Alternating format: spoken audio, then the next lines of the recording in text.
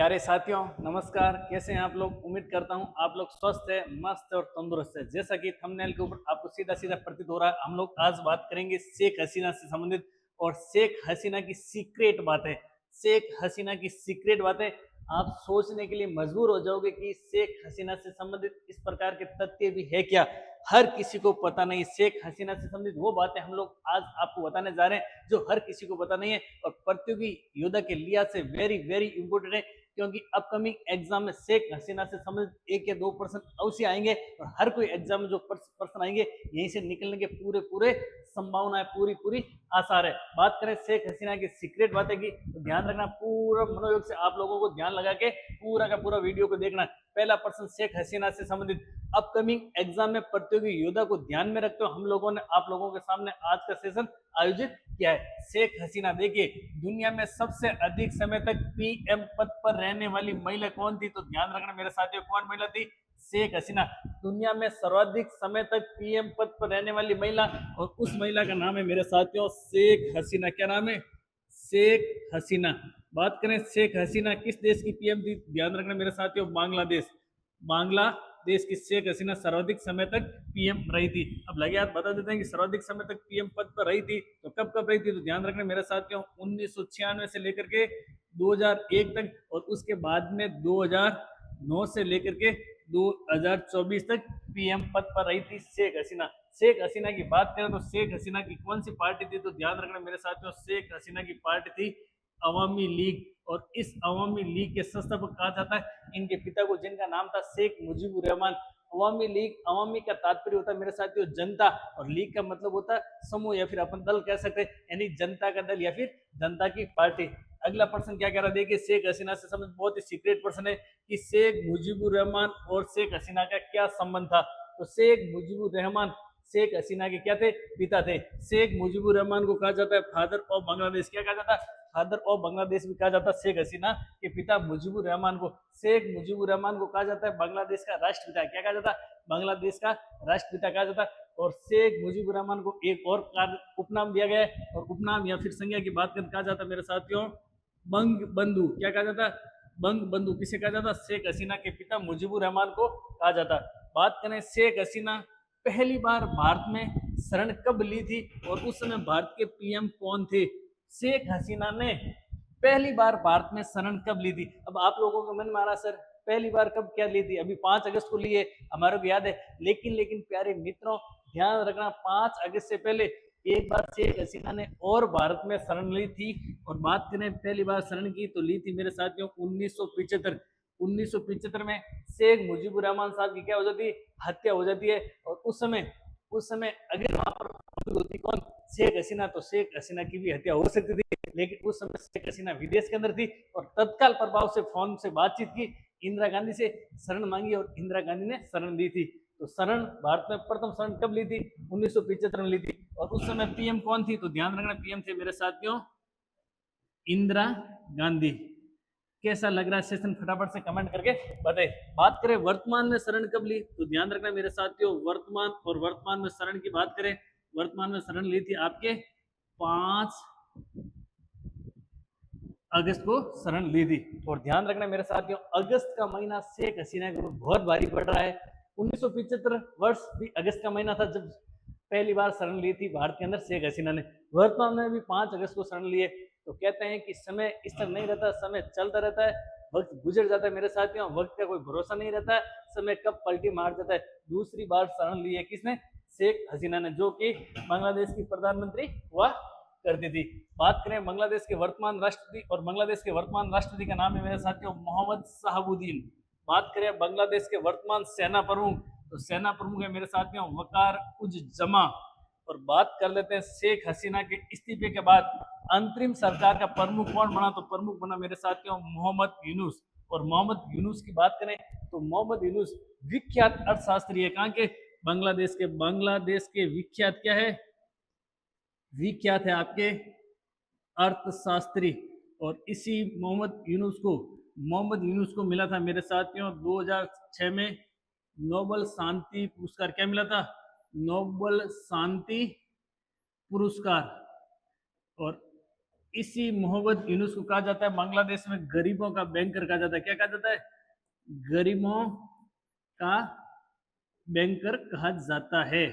फटाफट से लगे मेरे साथियों बता देता हूँ कि बांग्लादेश की प्रथम महिला पीएम, बांग्लादेश की प्रथम महिला पीएम थी आपके खादीजा जिया, जबकि बांग्लादेश की अभी पीएम कौन थी जो भारत के अंदर शरण ली थी 5 अगस्त को? शेख हसीना। आगे बढ़ते मेरे साथियों, बांग्लादेश ने अपना पहला संविधान कब अपनाया था? बांग्लादेश ने पहला संविधान अपनाया था आपके 16 दिसंबर 1972 को। फटाफट से कमेंट करके बताएं कि बांग्लादेश स्वतंत्र कब हुआ था और बांग्लादेश को स्वतंत्र करवाने में सबसे ज्यादा किसने भूमिका निभाई थी? वो देश कौन सा था? ध्यान रखना भारत था। भारत ने सबसे पहले बांग्लादेश को स्वतंत्र राष्ट्र घोषित किया और स्वतंत्रता दिलाने में बांग्लादेश को सर्वाधिक किसी ने सहयोग किया, सर्वाधिक भूमिका निभाई, तो निभाई थी आपके भारत ने। बांग्लादेश का राष्ट्रगान किन्होंने लिखा? तो भाई साहब लिखा था रविंद्रनाथ टैगोर साहब ने, और भारत का संविधान भी लिखा आपके रविंद्रनाथ। भारत का राष्ट्रगान भी किसने लिखा? रविंद्रनाथ टैगोर ने। तो बांग्लादेश का राष्ट्रगान और भारत का राष्ट्रगान रविंद्रनाथ टैगोर साहब ने लिखा। बांग्लादेश की संसद का क्या नाम है? वेरी वेरी इंपॉर्टेंट प्रश्न है कि बांग्लादेश की संसद का नाम क्या है? ध्यान रखना मेरे साथियों, जातीय संसद है। लगे हाथ बता देता हूं कि बांग्लादेश की मुद्रा क्या है। तो मुद्रा है मेरे साथियों टका। क्या है? बांग्लादेश की मुद्रा है आपके टका। और बांग्लादेश की राजधानी, और राजधानी की बात करें तो मेरे साथियों राजधानी है आपके ढाका। और लगे हाथ ये भी बता देता हूँ कि ढाका और ढाका के अंदर मुख्यालय है आपके बिमस्टेका। बिमस्टेक का क्या है? हेडक्वार्टर। कहाँ पर है? तो ध्यान रखना मेरे साथियों ढाका के अंदर। वेरी वेरी इंपॉर्टेंट पर्सन, यहाँ से निकलने की पूरी पूरी संभावना है। भारत और बांग्लादेश के मध्य ट्रेनें चल रही है। एक ट्रेन है जिसका नाम है बंधन एक्सप्रेस, एक ट्रेन है जिसका नाम है मेरे साथियों मैत्री एक्सप्रेस, और एक ट्रेन और लिख लो जिसका नाम है आपके मिताली एक्सप्रेस। क्या नाम है? मिताली एक्सप्रेस। ये भारत और बांग्लादेश के मध्य संचालित होती है। अगला प्रश्न देखिए, विजय दिवस वेरी वेरी इंपॉर्टेंट है। विजय दिवस, और विजय दिवस मनाया जाता है मेरे साथियों 16 दिसंबर को। क्या मनाया जाता है? 16 दिसंबर को। अब ध्यान रखना मेरे साथियों, एक तो है विजय दिवस और एक है आपके कारगिल विजय दिवस। कौन सा दिवस है? कारगिल विजय दिवस। और कारगिल विजय दिवस कब मनाया जाता है मेरे साथियों? फटाफट से कमेंट करके बताइए। कारगिल विजय दिवस मनाया जाता है आपके 26 जुलाई को। कब मनाया जाता है? 26 जुलाई को। आप लोग भली बात जानते हैं कि 1999 के अंदर भारत और पाकिस्तान के मध्य कारगिल का युद्ध हुआ था। उस युद्ध में 26 जुलाई को भारत ने विजय प्राप्त की, विजय पताका लहराया था। इस वजह से 26 जुलाई को प्रतिवर्ष मनाया जाता है कारगिल विजय दिवस। जबकि विजय दिवस आपके मनाया जाता है 16 दिसंबर को। 16 दिसंबर को विजय दिवस क्यों मनाया जाता है मेरे साथियों? विजय दिवस 16 दिसंबर को इसीलिए मनाया जाता है कि भारत और पाकिस्तान के मध्य युद्ध हुआ था 1971 में, और 16 दिसंबर को उस युद्ध में 1971 भारत पाकिस्तान युद्ध में भारत ने विजय प्राप्त की थी। इस वजह से 16 दिसंबर को मनाया जाता है विजय दिवस, जबकि कारगिल विजय दिवस मनाया जाता है आपके 26 जुलाई को। वेरी वेरी इंपॉर्टेंट क्वेश्चन यहाँ से निकलने की पूरी संभावना है। ये देखिए कारगिल विजय दिवस मनाया जाता है आपके 26 जुलाई को। अगला प्रश्न देखिए, भारत के 5 राज्य बांग्लादेश से सीमा बनाते हैं। भारत के 5 राज्य कौन से हैं जो बांग्लादेश से सीमा बनाते हैं? फटाफट से कमेंट करके बताइए। पश्चिमी बंगाल, उसके बाद में बात करते हैं मेरे साथियों हैं आपके असम, उसके बाद में बात करते हैं आपके मेघालय, फिर मणिपुर और आपके त्रिपुरा।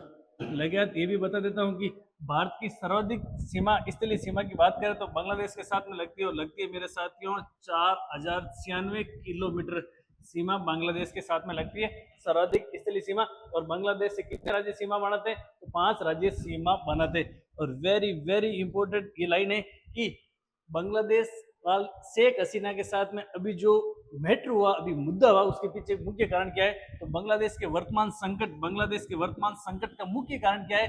ध्यान रखना मेरे साथियों, मुख्य कारण है 1971 में बांग्लादेश को स्वतंत्रता प्राप्त हुई थी, यानी मुक्ति संघर्ष और भारत के सहयोग के द्वारा 1971 में पाकिस्तान से स्वतंत्र हुआ था, नए राष्ट्र का उदय हुआ था बांग्लादेश। और 1971 में स्वतंत्रता संग्राम में शामिल सेनानियों के वंशजों के लिए सरकारी नौकरियों में 30% आरक्षण या फिर कोटा या फिर रिजर्वेशन की व्यवस्था की हुई थी। यानी कि 1971 में स्वतंत्रता सेनानी जिन्होंने बांग्लादेश को आजाद करवाने में अपनी महत्वपूर्ण भूमिका निभाई थी, उनके वंशजों को सरकारी नौकरियों में 30% आरक्षण मिल रहा था। इस मुद्दे को लेकर के ये मुद्दा ज्वलंत हो गया था। इस वजह से वर्तमान में बांग्लादेश में संकट छाया हुआ है।